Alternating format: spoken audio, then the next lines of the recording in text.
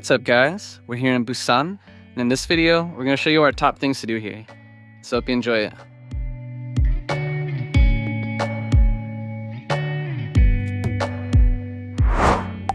Located on the southeastern tip of the country, Busan is South Korea's second largest city, and its most vital maritime hub.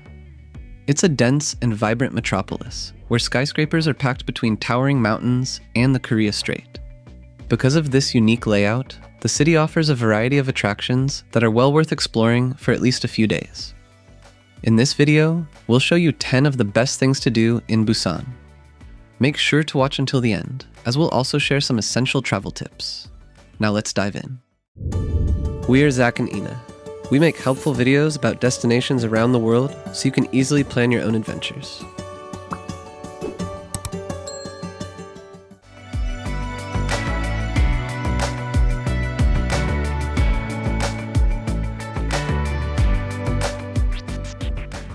BIFF Square and Gwangbok Street are nestled in the heart of the popular Nampo district. Named after the Busan International Film Festival, this square has a bustling atmosphere. It's also a mecca for street food, with local delicacies like seed pancakes, spicy rice cakes, and seaweed rice rolls. Just around the corner, Gwangbok Street is a hub for culture, fashion, and entertainment. This pedestrian-friendly avenue is lined with trendy boutiques and many international brands. You can also find a number of cozy cafes and restaurants in this area.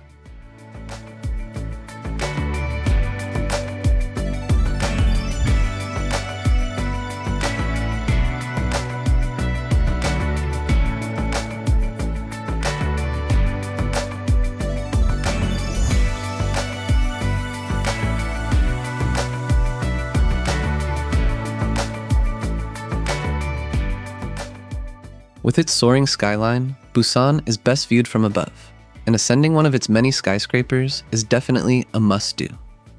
We headed to BUSAN X The SKY, which is the tallest observation deck in the city. Located on the 100th floor of the LCT Landmark Tower, it offers a beautiful panorama over Haedong Beach and the surrounding buildings. Aside from the view, you can find an adventurous glass walkway, convenience facilities, and the world's highest Starbucks.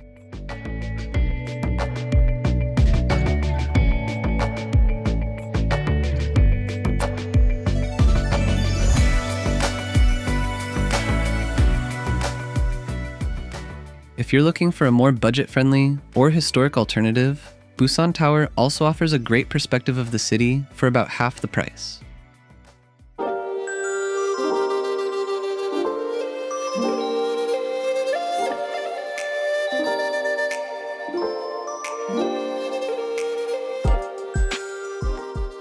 Situated on the western side of the city next to Songdo Beach, the Busan Air Cruise is a cable car that glides over the sea towards Amnam Park. You can choose from a standard cabin or the crystal option, which has a transparent glass floor. Upon arriving at Amnam Park, the urban bustle disappears into lush greenery. You can explore the suspension bridge or enjoy a short scenic walk along the coastal forest trails.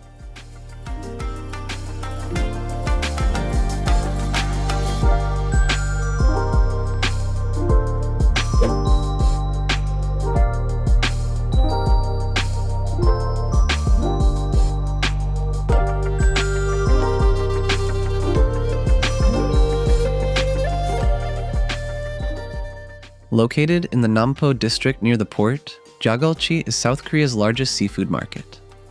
The atmosphere is electric, filled with the sights and sounds of hardworking women vendors who've run these stalls for decades. You can wander through rows of tanks, showcasing everything from sea snails to crabs, lobsters, and exotic sea creatures such as giant octopus.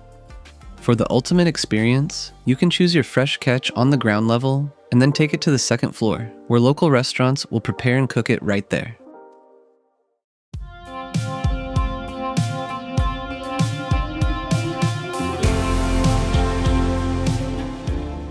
No Busan trip is complete without visiting some of its best beaches. Haedong is the city's most iconic stretch of sand, known for its soft white texture and a backdrop of skyscrapers and luxury hotels. For a more romantic setting, head to Gwangbok Beach, which offers the best views of the Diamond Bridge. If you visit on a Saturday, you can catch a spectacular evening drone show here. Finally, Songdo Beach provides a calmer coastal experience. You can check out the nearby Songdo cloud trails for a short skywalk over the crashing waves.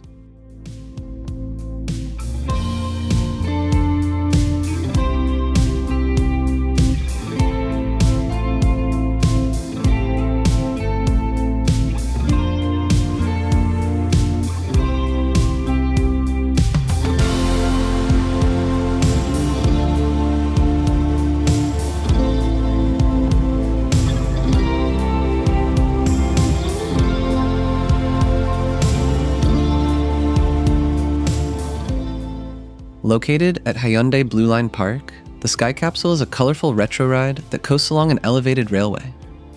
Most people board at Mipo Station and then ride to Gyeongju.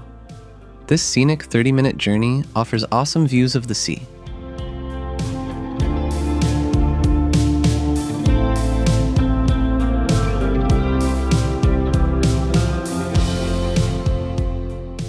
As this is one of the most popular activities in the city, we recommend booking your tickets a week or more in advance, especially if you're planning to visit during the weekends.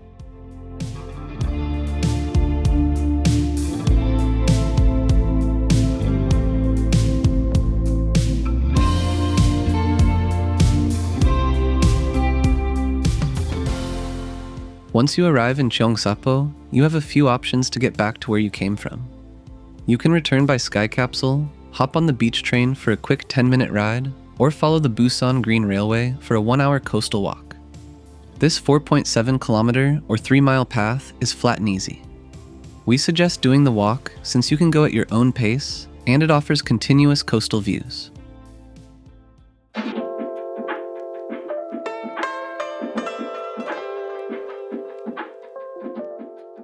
On the northeastern coast, Haedong Yonggungsa is one of the few Buddhist temples in Korea and is situated right on the edge of the sea. After passing the 12 zodiac statues near the entrance, you descend a number of steps to reach the main complex. The temple is incredibly picturesque, featuring golden statues and intricate shrines perched atop rugged cliffs. Because it's quite a ways from the city center, we found that taking a taxi or Uber was the easiest way to get there.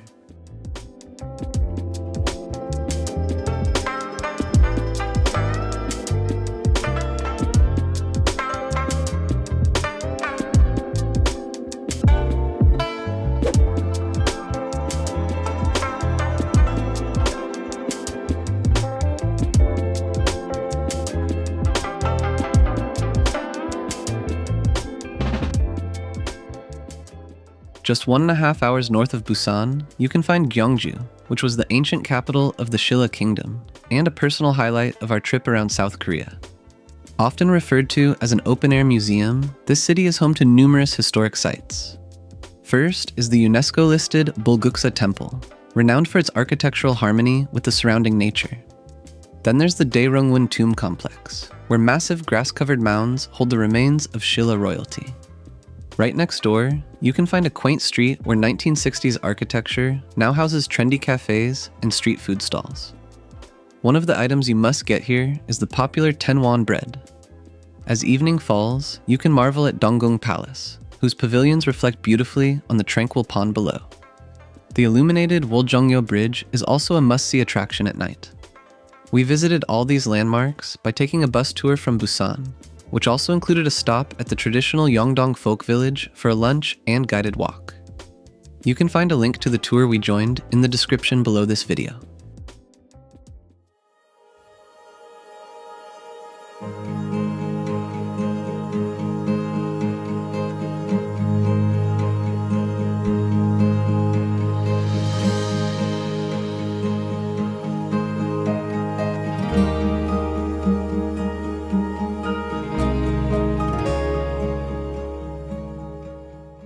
Located on an island that's connected to the mainland by bridges, Mount Bongnae offers a unique perspective of the city. There's multiple entrances and routes that lead to the summit. We chose a forested path that started from a Buddhist temple, ascended to the peak, and then descended towards the neighborhood of Shinsun. This route is very convenient, since bus stops are located near both the start and end of the trail. The hike follows a mostly natural path through a lush forest and is about 2 kilometers or 1.3 miles total, taking between 1.5 to 2 hours to complete. Once you reach the summit, you'll have a 360 panorama of the city and the surrounding islands. We made it to the top here, and this has to be our favorite view in all of Busan. You can see literally in all directions.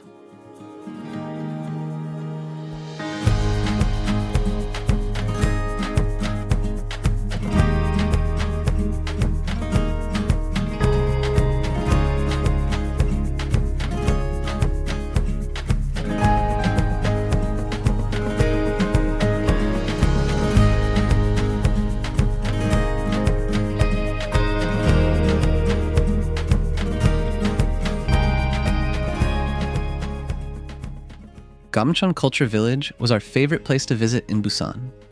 This former shanty town was originally a settlement for Korean War refugees and was transformed into a stunning hillside community in 2009.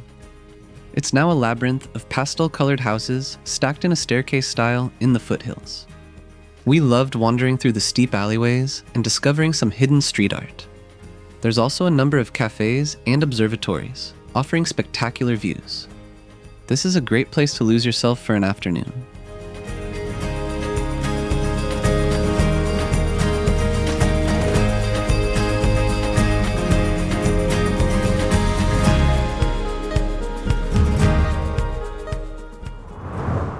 As we promised at the start of the video, we'll now share a few travel tips for Busan.